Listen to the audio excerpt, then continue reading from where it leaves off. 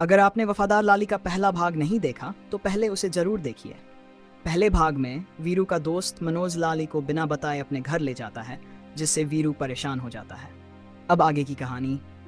वीरू गांव की गली गली में जाकर अपनी लाली को ढूंढने लगता है, लेकिन बेचारे को उसकी लाली कहीं नहीं मिलती। वीरू बहुत ज्यादा परेशान हो जाता है और घर जाकर रोते हुए खुद से कहता है, न जाने मेरी लाली कहाँ चली गई। इतने वक्त से मैंने उसे इतना संभाल कर रखा हुआ था, और ऐसे एक रात में वो बिना बताए कहाँ जा सकती है। पता नहीं इस हाल में होगी। आप इतना रोइए मत। हो सकता है कि वो खुद ही छोड़कर जाना चाहती हो, इसलिए चली गई मौका मिलते ही। वीरू बोला, ऐसा नहीं हो सकता, मुझे मेरी लाली पर पूरा भरोसा है। आजकल इंसान का इंसान पर भरोसा नहीं है, और आप एक जानवर पर भरोसा कर रहे हैं। अगर उसे घर वापस आना होगा तो वो आ जाएगी। अब रोना बंद कर दीजिए।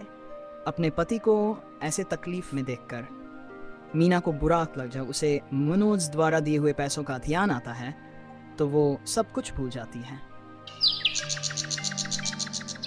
दिन गुजरते चले जाते हैं। वीरू की अपनी लाली को ढूंढने की तलाश जारी रहती है, लेकिन उसे अपनी लाली कहीं नहीं मिलती।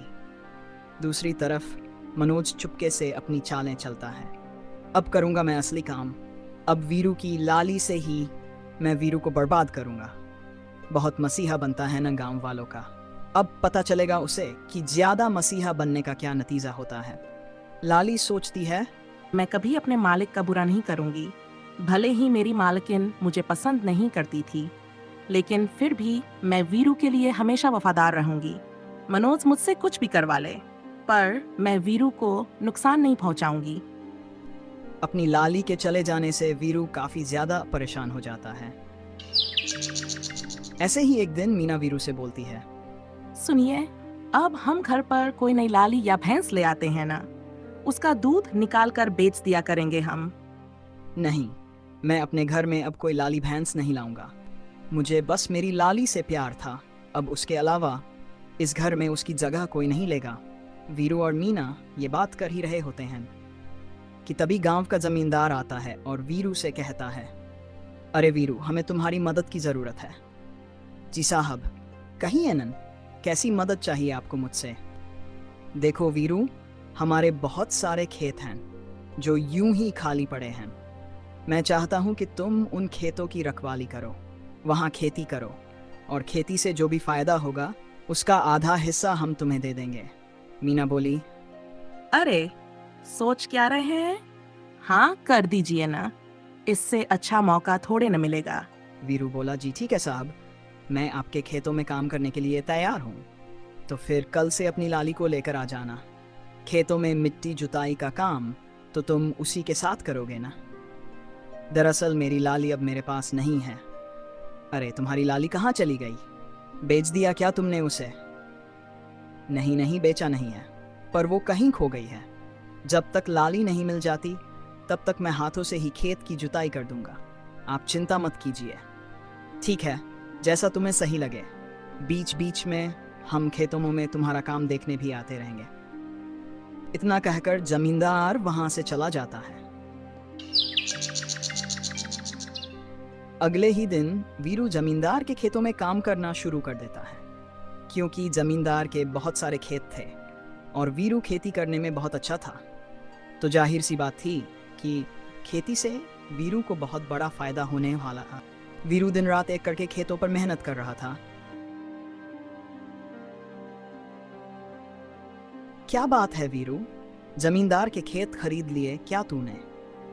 वीरू मुस्कुराते हुए, अरे नहीं नहीं, बस मैं तो यहाँ काम कर रहा हूँ। मनोज ने तंज कसते हुए कहा, क्या बात है, खेती में तो मैं तुमसे बहुत अच्छा हूँ।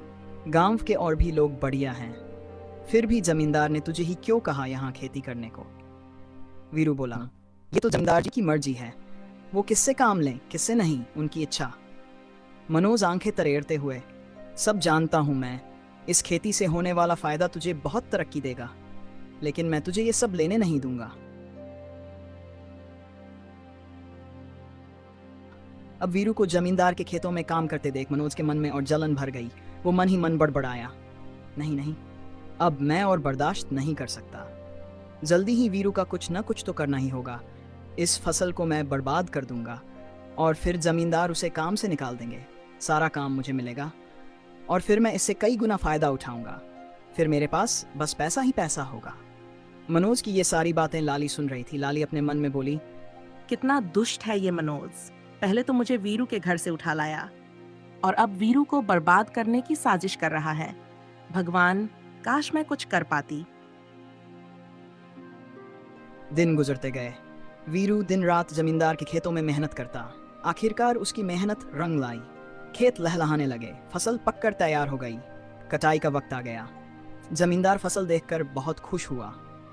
जमींदार ने वीरू से कहा, बहुत अच्छी खेती की है तुमने, इस पर अच्छी कीमत मिलेगी। मैं तुम्हारे काम से बहुत खुश हूँ।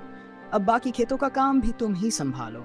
वैसे भी तुमसे वफादार और अच्छा आदमी मुझे कहीं नहीं मिलेगा। वीरू सिर झुकाकर बोला, जी साहब, जैसा आप चाहें। जमींदार खुशी खुशी वहां से चला गया। दूसरी तरफ मनोज, जो कि छिपकर सब सुन रहा था, मन ही मन बड़बड़ाया, वक्त आ गया है। अब मैं वीरू की गाय से ही उसकी मेहनत बर्बाद करवा दूंगा। ये फसल तो मैं आज रात इतनी बुरी हालत में कर दूंगा कि सुबह जब जमींदार देखेगा, सारा गुस्सा वीरू पर निकालेगा और फिर उसे काम से निकाल देगा। उसके बाद सारा काम मुझे मिलेगा और मैं मालामाल हो जाऊंगा। उसी रात मनोज वीरू की लाली को लेकर जमींदार के खेतों में ले गया। मनोज ने सोचा कि लाली फसल रौंद देगी, लेकिन जैसे ही लाली को खेत में ले जाने लगा, लाली जोर जोर से हिनहिनाने लगी। मनोज बार बार कोशिश करता, मगर लाली खेत में जाने को तैयार ही नहीं होती। जोर जोर से चीखने लगी। मनोज गुस्से में बोला, चल न लाली, फसल खा ले, रौंद दे। लेकिन लाली ने एक भी कदम खेत में नहीं रखा, उल्टा जोर जोर से आवाजें करने लगी। आवाज सुनकर वीरू जाग गया। वीरू भागता हुआ खेत की तरफ आया। देखा तो मनोज लाली को खेत में घसीटने की कोशिश कर रहा था। वीरू गुस्से से बोला, मनोज, तू यहाँ क्या कर रहा है? मनोज सकपका गया। वीरू लाठी उठाते हुए बोला, तू मेरी लाली को लेकर यहाँ क्या करने आया था? मनोज घबरा कर बोला, नहीं, मैं तो बस। वीरू गुस्से से बोला, सब समझ गया मैं, भाग जा यहाँ से, और अगर दोबारा मेरी लाली या खेत की तरफ आंख उठाई तो बुरा हाल कर दूंगा। मनोज डर के मारे वहां से भाग खड़ा हुआ। वीरू ने लाली को गले लगा लिया। लाली भी उसके सीने से सट गई। वीरू बोला, तू सच में वफादार है लाली, तूने फिर मेरी इज्जत बचा ली। गांव वाले भी आवाजें सुनकर इकट्ठा हो गए। सभी ने वीरू और लाली की तारीफ की। जमींदार ने भी वीरू की तारीफ करते हुए कहा, तू वाकई इस गांव की शान है। और लाली फिर बन गई गांव की सबसे वफादार और समझदार गाय। कुछ दिन बाद वीरू अब जमींदार के पूरे खेत संभाल रहा था। उसकी मेहनत और ईमानदारी के चर्चे दूर दूर तक फैलने लगे। गांव वाले भी वीरू की तारीफ करने लगे। अगर आपको अब तक की कहानी अच्छी लग रही है तो एक बार चैनल को सब्सक्राइब ज़रूर कर दीजिए, ताकि ऐसी ही कहानियाँ आपको मिलती रहें।